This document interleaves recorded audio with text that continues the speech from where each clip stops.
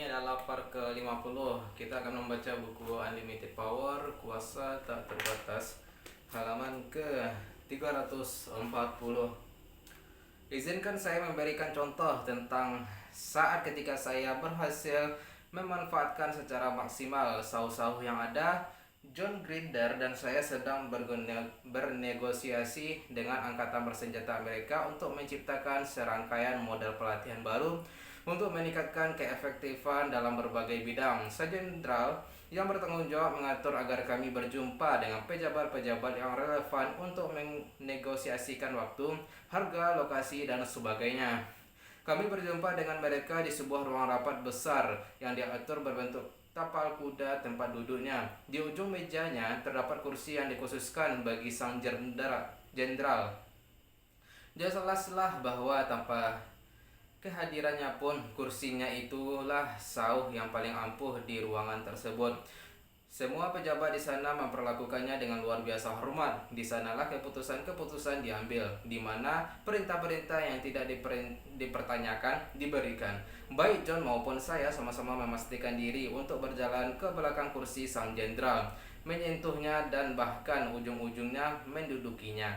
Kami lakukan itu hingga kami berhasil mengalihkan kepada kami sikap tanggap dari para pejabat itu terhadap sang jenderal dan simbolnya tersebut. Ketika tiba saatnya bagi saya untuk mengemukakan harga yang saya minta, saya berdiri di samping kursi sang jenderal dan saya beritahu mereka dengan suara dan fisiologi saya yang paling berwibawa berapa kami ingin dibayar. Sebelumnya kami sempat bernegosiasi soal harga, tetapi kali ini mereka bahkan mempertanyakannya pun tidak.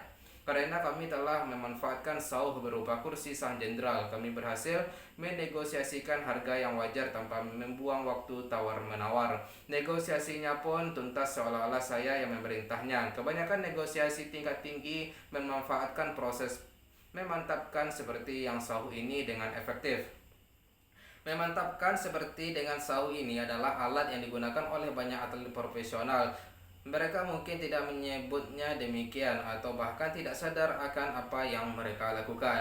Tetapi toh mereka gunakan prinsipnya. Atlet-atlet yang dikenal sebagai pemain kunci itu dipicu atau dimantapkan seperti dengan sauh oleh situasi-situasi laksanakan atau mati untuk memasuki kondisi-kondisi mereka yang paling berakal budi dan efektif.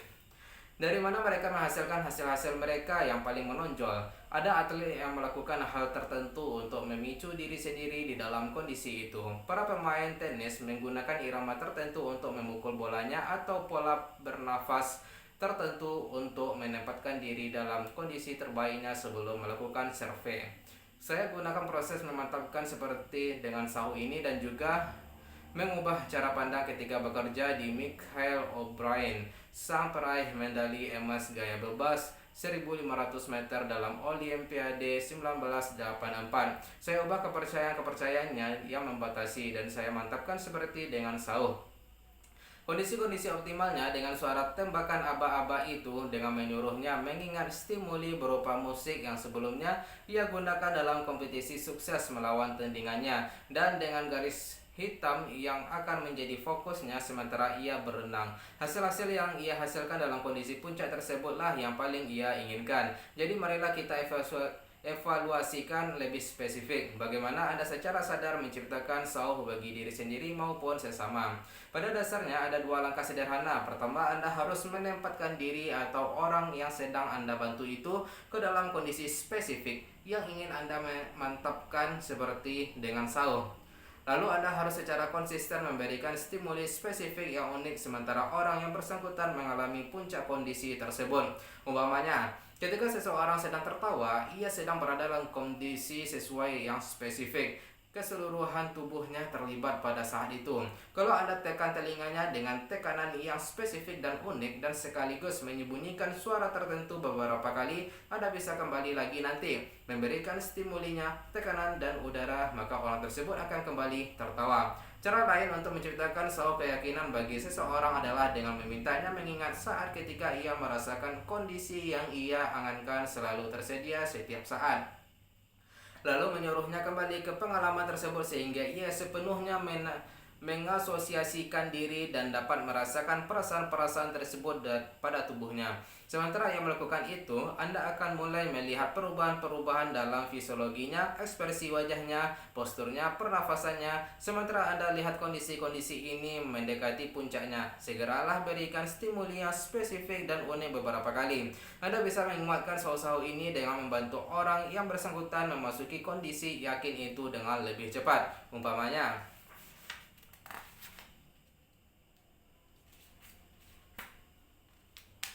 kunci memantapkan seperti dengan saus. Pertama, intensitas kondisinya. Kedua, waktunya, puncak pengalamannya. Yang ketiga, keunikan stimulinya. Yang keempat, replikasi stimulinya. Suruhlah dia menunjukkan bagaimana ia berdiri ketika ia merasa yakin dan begitu posturnya berubah. Demikianlah stimuli. Lalu Anda bisa memintanya menunjukkan bagaimana ia bernafas ketika ia merasa sepenuhnya yakin dan begitu ia melakukannya, berikanlah stimuli yang sama lagi. Lalu tanyakanlah apa yang ia katakan kepada diri sendiri ketika ia merasa sepenuhnya yakin dan suruhlah mengatakannya dengan nada suara yang seperti ketika ia yakin. Sementara ia melakukannya, berikanlah stimuli yang persis sama lagi, umpamanya tekanan pada puncaknya di tempat yang sama setiap kalinya. Begitu Anda yakin Anda sudah mendapatkan sahnya, Anda perlu mengujinya. Pertama, tempatkanlah orang yang bersangkutan dalam kondisi yang baru atau netral. Cara termudah untuk ini adalah menyuruhnya mengubah fisiologinya atau membayangkan sesuatu yang sama sekali lain. Lalu untuk menguji sah Anda, berikan saja stimulinya dan amatilah apakah fisiologinya sama seperti ketika dalam kondisi itu. Kalau iya, sahu Anda efektif. Kalau tidak, mungkin Anda melewatkan salah satu dari 4 kunci sukses memantapkan seperti dengan sahu. Yang pertama, agar suatu sahu itu efektif, ketika Anda memberikan stimulinya, Anda harus menempatkan orangnya dalam kondisi yang sepenuhnya mengasosiasikan diri sesuai dengan keseluruhan tubuhnya sepenuhnya terlibat. Saya menyebutnya kondisi yang intensif. Semakin intensif, semakin mudah kita memantapkan seperti dengan sauh, dan semakin lamanya sauhnya akan bertahan. Kalau Anda memantapkan seseorang seperti dengan sauh, sementara sebagian dirinya memikirkan sesuatu hal yang bagian lain dirinya memikirkan hal yang lain lagi, stimulinya akan menjadi lebih terkait dengan beberapa sinyal yang berbeda-beda sehingga tidak akan terlalu ampuh. Juga seperti yang telah kita bahas sebelumnya, kalau seseorang sedang menyaksikan saat ketika ia merasakan sesuatu dan Anda memantapkannya seperti dengan sauh dalam kondisi tersebut, maka ketika Anda memberikan stimulinya lain kali, itu akan dikaitkan dengan melihat gambarnya saja daripada mengasosiasikan keseluruhan tubuh dan pikiran. Yang kedua adalah Anda harus memberikan stimulinya pada puncak pengalaman yang bersangkutan. Kalau Anda terlalu dini atau terlambat memantapkan seperti dengan sauh, Anda takkan menangkap keseluruhan intensitasnya. Anda bisa menemukan puncak pengalaman yang bersangkutan dengan mengamati orang yang bersangkutan, memasuki kondisinya, dan memperhatikan apa yang dilakukannya ketika itu mulai memudar. Atau Anda bisa meminta bantuannya dengan memintanya memberitahu Anda sementara ia mendekati puncaknya dan menggunakan masukan itu untuk mengukur saat kuncinya untuk memberikan stimuli unik Anda. Yang ketiga, hendaknya Anda memilih stimuli yang unik. Penting sekali bahwa sauhnya memberikan sinyal yang jelas dan tidak mungkin keliru kepada otaknya. Kalau seseorang memasuki suatu kondisi intensif yang spesifik dan Anda mencoba mengaitkannya dengan katakanlah tatapan yang selalu Anda berikan kepada orang yang bersangkutan, mungkin itu tidak akan sangat efektif karena tidak unik dan akan sulit bagi otaknya untuk mendapatkan sinyal spesifik dari sana.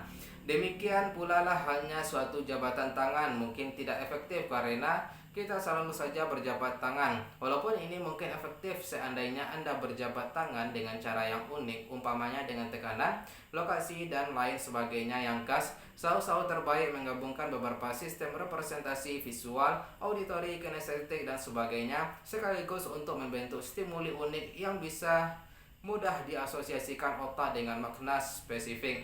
Jadi memantapkan seseorang seperti dengan sauh, dengan sentuhan dan nada suara biasanya akan lebih efektif daripada hanya dengan sentuhan. Keempat adalah agar sahu itu efektif, Anda harus mereplikasikannya dengan persis. Kalau Anda tempatkan seseorang dalam kondisi tertentu dan menyentuh pundaknya di tempat yang spesifik dengan tekanan yang spesifik, Anda tidak bisa memicu lagi sahu tersebut dengan menyentuhnya di tempat lain atau dengan tekanan lain.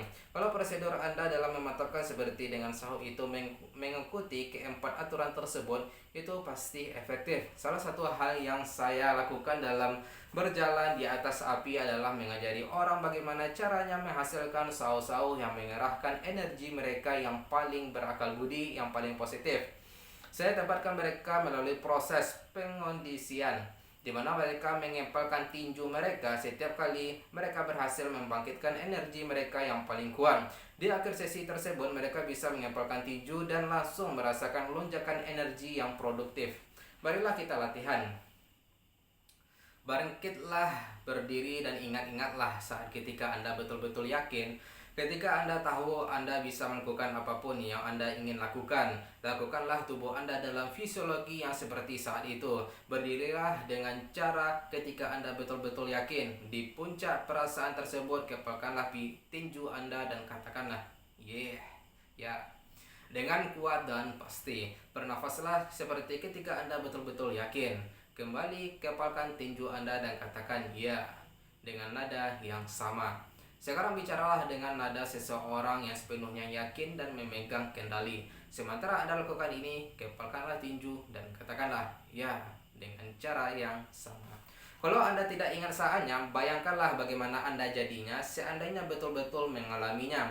Tempatkanlah tubuh Anda dalam fisiologi seperti seandainya Anda tahu bagaimana rasanya sepenuhnya yakin dan memegang kendali. Bernafaslah seperti seandainya Anda merasa betul-betul yakin. Saya mau Anda betul-betul melakukan ini seperti setiap latihan lainnya dalam buku ini. Hanya membacanya saja tak akan membantu. Melakukannya lah yang akan mendatangkan keajaiban. Sekarang sementara Anda berdiri dalam kondisi sepenuhnya yakin pada puncak pengalaman tersebut. Dengan lembut kepalkanlah tinju Anda dan katakanlah ya dengan nada suara yang berkuasa. Sadarilah kuasa yang tersedia bagi Anda, sumber-sumber daya fisik maupun mental yang tersedia bagi Anda, dan rasakanlah lonjakan penuh dari kuasa serta keterpusatan tersebut. Mulailah dari awal lagi dan lakukanlah ini berulang-ulang 5-6 kali. Setiap kalinya merasa lebih kuat, menciptakan asosiasi dalam neurologi Anda antara kondisi ini dengan tindakan mengepalkan tinju dan mengatakan ya. Lalu ubahlah kondisi Anda, ubahlah fisiologi Anda. Sekarang kepalah tinju Anda dan katakanlah ya. Dengan cara yang sama seperti ketika Anda memantapkan diri seperti dengan sahu, dan perhatikanlah bagaimana perasaan Anda. Lakukanlah itu beberapa kali selama beberapa hari mendatang. Bagaimana caranya memantapkan seperti dengan sahu? Yang pertama adalah klarifikasikanlah hasil akhir spesifik yang Anda ingin mantapkan seperti dengan sahu dan kondisi spesifik yang akan paling besar efeknya dalam mendukung pencapaian hasil akhir tersebut bagi diri sendiri dan atau orang lain. Yang kedua adalah kalibrasikanlah pengalaman dasarnya. Yang ketiga, pancing dan bentuklah individu yang bersangkutan ke dalam kondisi yang diinginkan lewat penggunaan pola komunikasi lisan maupun non-lisan. Yang keempat, gunakanlah kepekaan sensori Anda untuk menentukan kapan orang tersebut berada di puncak kondisinya dan berikanlah stimuli sauhnya saat itu. Yang kelima adalah ujilah sauh tersebut dengan A. Mengubah fisiologi untuk mematahkan kondisinya, B. Memicu stimulinya, sauhnya, dan perhatikanlah apakah responnya adalah kondisi yang diinginkan. Memasuki kondisi yang paling yakin dan yang paling berkuasa yang Anda sadari, dan di puncak kondisi tersebut kepalkanlah tinju Anda dengan cara yang unik. Lama-lama akan Anda temukan bahwa dengan mengepalkan tinju Anda bisa memasuki kondisi itu sesuka Anda dalam sekejap. Ini mungkin tidak terjadi hanya setelah 1-2 kali, tetapi tidak lama lagi juga Anda akan melakukannya dengan konsisten. Anda bisa memantapkan diri seperti dengan sauh hanya dengan 1-2 pengulangan kalau kondisinya cukup intensif dan stimuli Anda cukup unik. Begitu Anda berhasil memantapkan diri seperti dengan sahur seperti itu, hendaknya Anda menggunakannya lain kali Anda berada dalam situasi yang Anda rasa sulit. Anda bisa mengepalkan tinju dan merasa sepenuhnya berakal budi. Memantapkan seperti dengan sahur demikian berkuasa karena menyelaraskan neurologi Anda dengan sekejap. Berpikir positif yang tradisional menuntun Anda untuk berhenti dan berpikir. Bahkan memasuki fisiologi yang berkuasa pun membutuhkan waktu dan upaya sadar. Memantapkan seperti dengan sahur ini berlangsung dalam sekejap untuk membangkitkan sumber-sumber daya Anda yang paling berkuasa. Saya dulu guys, besok kita akan sambung ke halaman 346. Sekian, bye bye.